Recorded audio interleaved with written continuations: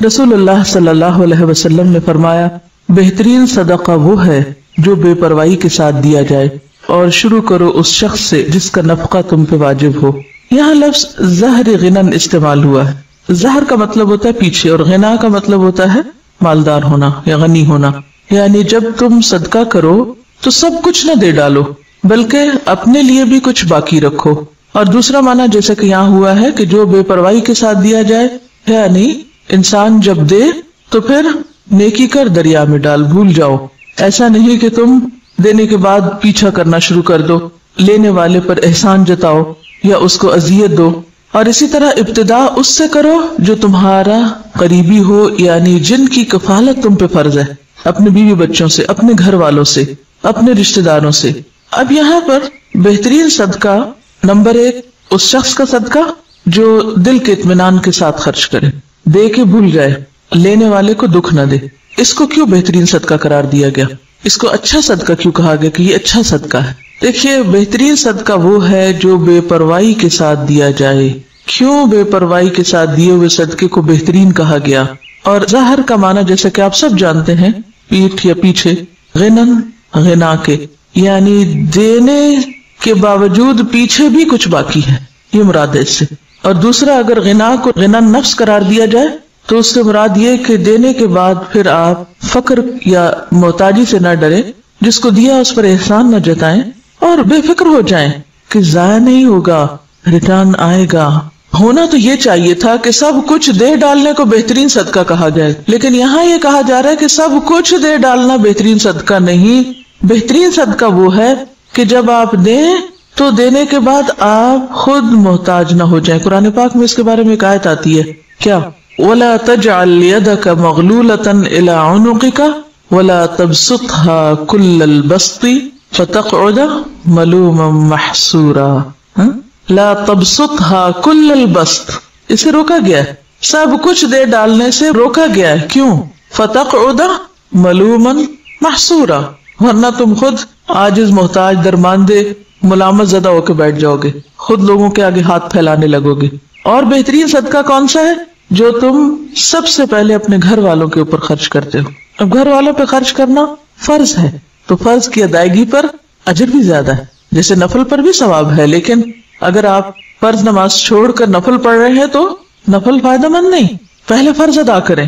اسی طرح جب آپ باہر دینے لگے تو پہلے دیکھ لیں کہ گھر والوں کے پاس ہے یا نہیں۔ اب آپ سوچ رہے ہوں گے کہ وہ پھر ان صحابی نے گھر والوں کو بھوکا چھوڑ کے دوسروں کو کیوں دیا؟ بتائیے، ہر حکم کے اندر استثنائی صورتیں موجود ہوتی ہیں۔ جیسے غزوہ تبوک کے موقع پر حضرت ابوبکر نے جب سب کچھ دیا تو وہ ایک ایمرجنسی کی کیفیت تھی، اس وقت دین کے جغرافیائی سرحدیں جو ہیں ان کی حفاظت بھی مقصود تھی۔ اگر اس وقت مال خرچ نہ کیا جاتا اور بیوی بچوں اور گھر کو دیکھا جاتا تو پھر اگر دین ہی باقی نہ رہتا تو باقی کیا باقی رہتا؟ تو ایک بڑی ضرورت آ گئی سامنے۔ کچھ چیزیں ہیں جو عام حالات کے لیے ہیں اور کچھ ہیں جو خاص حالات کے لیے ہوتی ہیں۔ اسی طرح جس خاص کنڈیشن میں وہ شخص آیا تھا اس میں کہیں بھی اس کے لیے کھانا نہیں تھا، مسافر تھا، مہمان تھا، اور پھر وہ لفظ اگر آپ کو یاد ہو، اکرمی ضیف رسول اللہ صلی اللہ علیہ وسلم، کہ رسول اللہ کے مہمان کی عزت، یعنی یہ بھی ایک بہت بڑی بات ہے کہ کوئی شخص کہاں سے ریکمینڈ ہو کے آ رہا ہے، اس کے ساتھ مجھے کیسے معاملہ کرنا ہے۔ اور بعض اوقات میں بھی بھوکا، دوسرا بھی بھوکا، لیکن دوسرے کی بھوک میری بھوک سے زیادہ ہے، دو ضرورتیں سامنے آ گئی، تو پھر کیا دیکھا جائے گا؟ کس کی ضرورت زیادہ ہے، تو وہاں خرچ کیا جائے گا۔ وعن ابی مسعود قال قال رسول اللہ صلی اللہ علیہ وسلم اذا انفق المسلم نفقة على اهله وهو يحتسبها كانت له صدقة متفق عليه۔ وعن ابی مسعود، ابو مسعود رضی اللہ عنہ سے روایت ہے، قال، کہا، قال رسول اللہ، فرمایا رسول اللہ صلی اللہ علیہ وسلم نے، اذا انفق، جب خرچ کرتا ہے، المسلم، مسلمان، نفقتن، کوئی خرچ، علی اہلہ، اپنے گھر والوں پر، وہوا، اور وہ، یحتسبها، ثواب کی امید رکھتا ہے اس سے، کانت، ہے، لہو، اس کے لیے، صدقہ، صدقہ، متفق علیہ، متفق علیہ روایت ہے۔ حضرت ابو مسعود رضی اللہ عنہ کہتے ہیں، رسول اللہ صلی اللہ علیہ وسلم نے فرمایا کہ مسلمان جب اپنے اہل و عیال پہ خرچ کرتا ہے اور اس سے ثواب کی توقع رکھتا ہے تو یہ بھی اس کے لیے صدقہ ہی شمار ہوتا ہے۔ کتنی خوبصورت بات، کتنا خوبصورت ہے یہ دین۔ آپ اپنے فرائض ادا کریں لیکن احسان جتا کے نہیں، اپنے گھر والوں کو دے رہے ہیں لیکن ان پہ بھی احسان نہیں۔ بہت سے والدین کو دیکھا گیا کہ وہ بچوں کی تعلیم پہ اگر خرچ کرتے ہیں تو جینا حرام کر دیتے ہیں ان کا، تم پہ اتنا اتنا اتنا خرچ کر چکے ہیں۔ ایون اپنی اولاد کے ساتھ یا بیوی کے ساتھ بھی احسان کریں تو جتانا نہیں چاہیے۔ اور دوسری بات یہ ہے کہ اگر بچوں پر بھی آپ خرچ کرتے ہیں، اور خاص طور پر اگر ماں خرچ کرتی، کیونکہ باپ پر تو فرض ہے ہی، اس کو تو فرض ادا کرنے کا اجر ملے گا، لیکن اگر ماں محنت کر کے بچوں کو پال رہی ہے تو اس کے لیے دگنا اجر ہے، صدقے کا بھی اور قرابت داری کے حق کا بھی۔ اصل چیز کیا ہے پھر اجر کے اضافے میں؟ اصل بنیاد کس چیز کی ہے؟ نیت کی۔ آپ کوئی کام کیوں کر رہے ہیں؟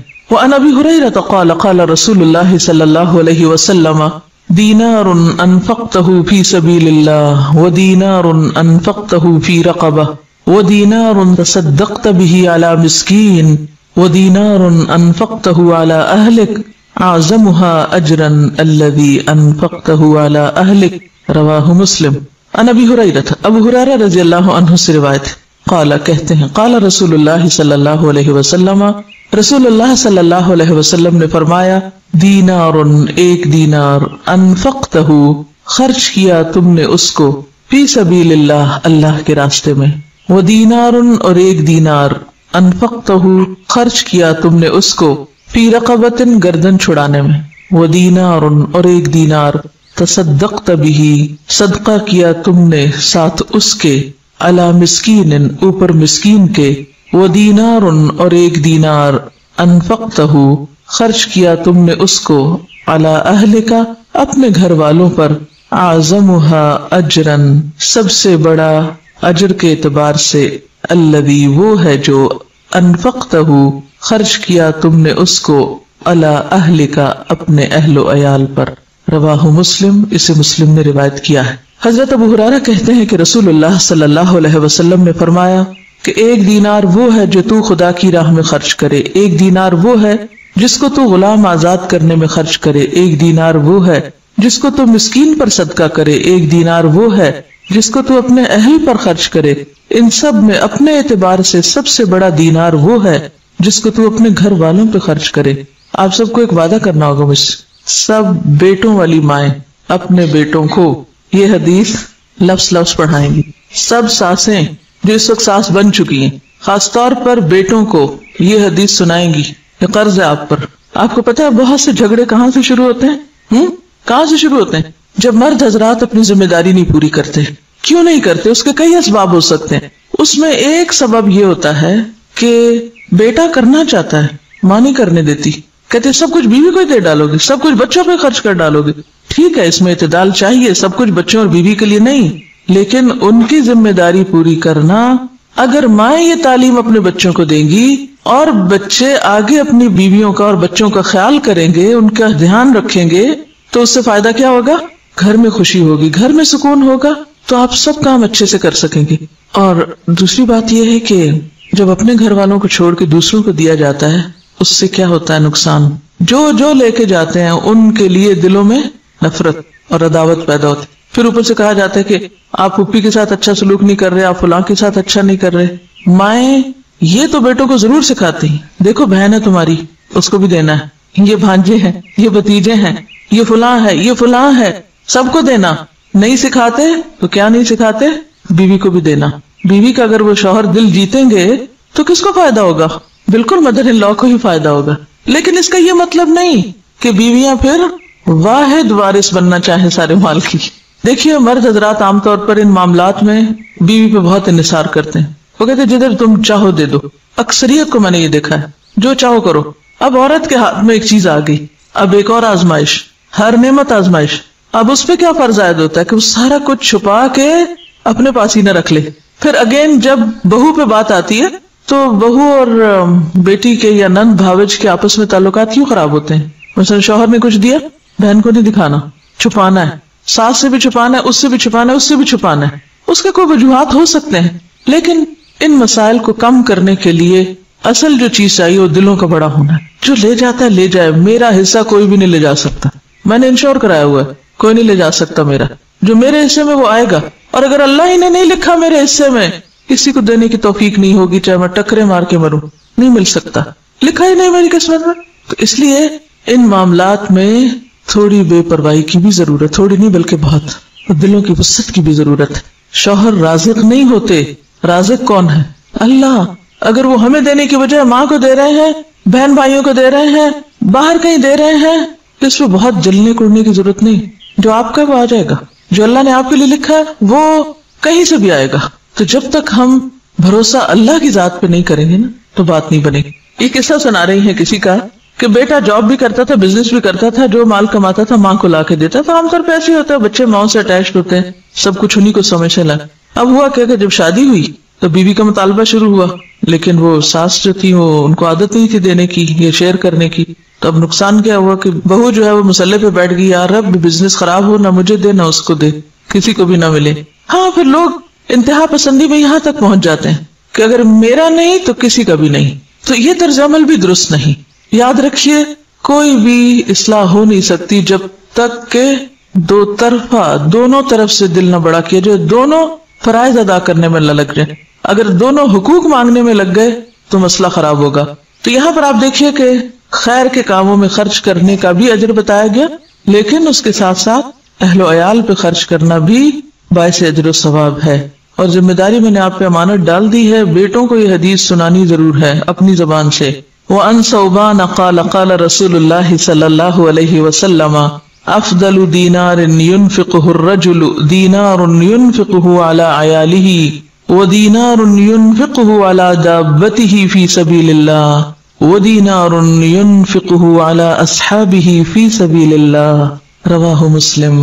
وعن ثوبان رضی اللہ عنہ سے روایت ہے، قال کہا، قال رسول اللہ صلی اللہ علیہ وسلم کہ رسول اللہ صلی اللہ علیہ وسلم نے فرمایا، افضل دینار بہترین دینار، ينفقہ خرچ کرتا ہے اس کو، الرجل ایک شخص، دینار وہ دینار ہے، ينفقہ جسے وہ خرچ کرتا ہے، علی عیالہ اپنے گھر والوں پر، ودینار اور دینار، ينفقہ خرچ کرتا ہے اس کو، علی دابتہ اپنی سواری پر، فی سبیل اللہ اللہ کے راستے میں، ودینار اور ایک دینار، ينفقہ خرچ کرتا ہے اس کو، علی اصحابہ اپنے دوستوں پر، فی سبیل اللہ اللہ کے راستے میں، رواہ مسلم، اسے مسلم نے روایت کیا۔ حضرت ثوبان کہتے ہیں کہ رسول اللہ صلی اللہ علیہ وسلم نے فرمایا کہ بہترین دینار جس کو آدمی خرچ کرتا ہے وہ دینار ہے جس کو وہ اپنے گھر والوں پہ خرچ کرتا ہے، اور وہ دینار جس کو وہ اپنے اس جانور پہ خرچ کرتا ہے جس کو پالا ہے اس نے اللہ کے راستے میں جانے کے لیے، اور وہ دینار جس کو وہ خرچ کرتا ہے اپنے دوستوں پر اللہ کے راستے میں۔ اسے مسلم نے روایت کیا۔ اب آپ دیکھیے کہ پھر سب سے پہلے گھر والوں کی بات ہے، گھر والوں کو مطمئن کرو، کیونکہ جب انسان گھر والوں کو مطمئن کر دیتا ہے نا تو وہ اس کے مددگار بن جاتے ہیں۔ جب وہ مددگار ہو جاتے ہیں تو ان سے بہتر مددگار پھر کوئی نہیں ہوتا، آپ کے لیے زندگی آسان ہو جاتی ہے۔ اور آپ نے دیکھا ہوگا اکثر کہ اگر گھر کے اندر چخبخ ہے، گھر کے اندر کھینچا تانی ہے، تو آپ باہر کتنا بھی سکون کا وقت گزار کے آئیں، جب تک گھر میں سکون نہیں تو زندگی بیکار ہے۔ گھر میں سکون لینے سے نہیں دینے سے آتا ہے۔ آپ دینے والے بن جائیں، خدمت کرنے والے بن جائیں، محبت کرنے والے بن جائیں، دینے والے بن جائیں، تو آپ دیکھیں گے کہ بہت ساری خوشیاں جو آپ کروڑوں میں نہیں خرید سکتے وہ آپ کے حسن سلوک سے آپ کو ملنے لگیں گی، آپ کی بے نیازی سے آپ کو ملنے لگیں گی، آپ کے اللہ پہ توکل اور بھروسے کی وجہ سے آپ کی طرف پلٹیں گی۔ تو یہاں پر آپ دیکھیے کہ سب سے افضل دینار گھر والوں پہ خرچ کرنا۔ آپ نے گھر والوں کو کھلا دیا، پلا دیا، ضرورت کی چیزیں دے دی، پوری کر دی، وہ مطمئن ہے۔ اب آپ نکلیے باہر جانے کے لیے سواری چاہیے، اور سواری اللہ کے دین کے لیے۔ آج کل کوئی دابہ یعنی کوئی جانور وغیرہ، جیسے گھوڑا گدھا تو نہیں ہوتا، لیکن گاڑیاں شاید گھوڑوں گدھوں سے بھی زیادہ خرچہ مانگتی ہیں۔ ہر تھوڑے دن کے بعد پیٹرول کی قیمت اوپر چلی جاتی، جب اوپر جاتی تو آپ سوچتے ہیں اوہ میرا فلاں اور فلاں وزٹ، اس کا کیا بنے گا۔ پہلا خیال یہ نہیں آتا گھر کے کاموں کا کیا، پہلے یہ آتا اوہ اب تو شاید میں پڑھنے نہ جا سکوں، اب تو شاید میں فلاں جگہ درس پہ نہ جا سکوں، پیٹرول بہت مہنگا ہو گیا۔ اب یہ جو آپ صدقہ باہر ادھر ادھر کرتے رہتے ہیں، وہ صدقہ اپنے ہی گاڑی میں کریں، یا گاڑی کی مرمت، آپ کو پتا ہے کہ گاڑی کی مرمت بھی پھر ہزاروں مانگتی ہے، اسی گاڑی پہ لگائیں۔ اگر آپ کو کسی اور کو دینے کی نہیں بھی فرصت ملی تو جو گاڑی آپ اللہ کے راستے میں استعمال کر رہے ہیں وہ پیٹرول کھائے یا موبائل یا پھر مرمت, CNG,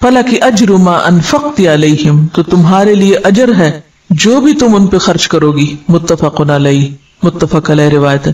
حضرت ام سلمہ کہتی ہیں کہ میں نے حضرت صلی اللہ علیہ وسلم سے عرض کیا، اے اللہ کے رسول صلی اللہ علیہ وسلم، اگر میں ابو سلمہ کے بیٹوں پر جو میرے بیٹے بھی ہیں خرچ کروں کیا مجھ کو اس کا ثواب ملے گا؟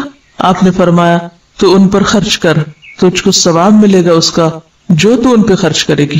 یہ سوال ام سلمہ کے ذہن میں کیوں آیا؟ کیونکہ عورت کے اوپر خرچ کی ذمہ داری نہیں، عورت پہ نان نفقہ واجب نہیں اولاد کا، یہ شوہر کا فرض ہے. لیکن اگر عورت کرتی ہے شوہر کے مر جانے کی صورت میں یا ایون زندہ ہوتے ہوئے بھی لاپرواہ ہونے کی صورت میں، تو اس کے لیے سراسر اجر ہے اگر اپنے بچوں پہ خرچ کرتی ہے. اور اس میں اگلی حدیث تو بہت ہی زبردست ہے جو اس مسئلے کو بہت اچھی طرح صاف کر دیتی ہے.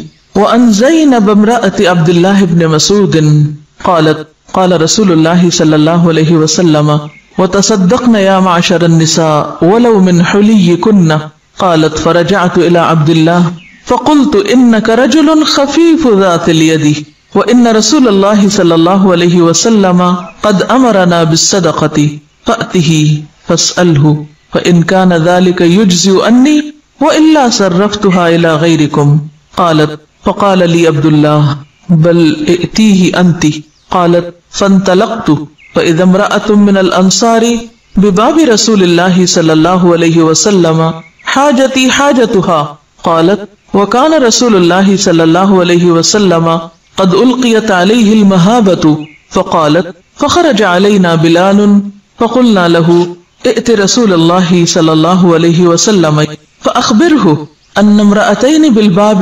تسألانك أتجزئ الصدقة عنهما على أزواجهما وعلى أيتام في حجورهما ولا تخبره من نحن قالت فدخل بلال على رسول الله صلى الله عليه وسلم فسأله فقال له رسول الله صلى الله عليه وسلم من هما قال امرأة من الأنصار وزينب فقال رسول الله صلى الله عليه وسلم أي الزيانب قال امرأة عبد الله فقال رسول الله صلى الله عليه وسلم لهما اجران اجر القرابة واجر الصدقة متفق علیہ واللفظ لمسلم. ان زینب، زینب سے روایت ہے. کون زینب؟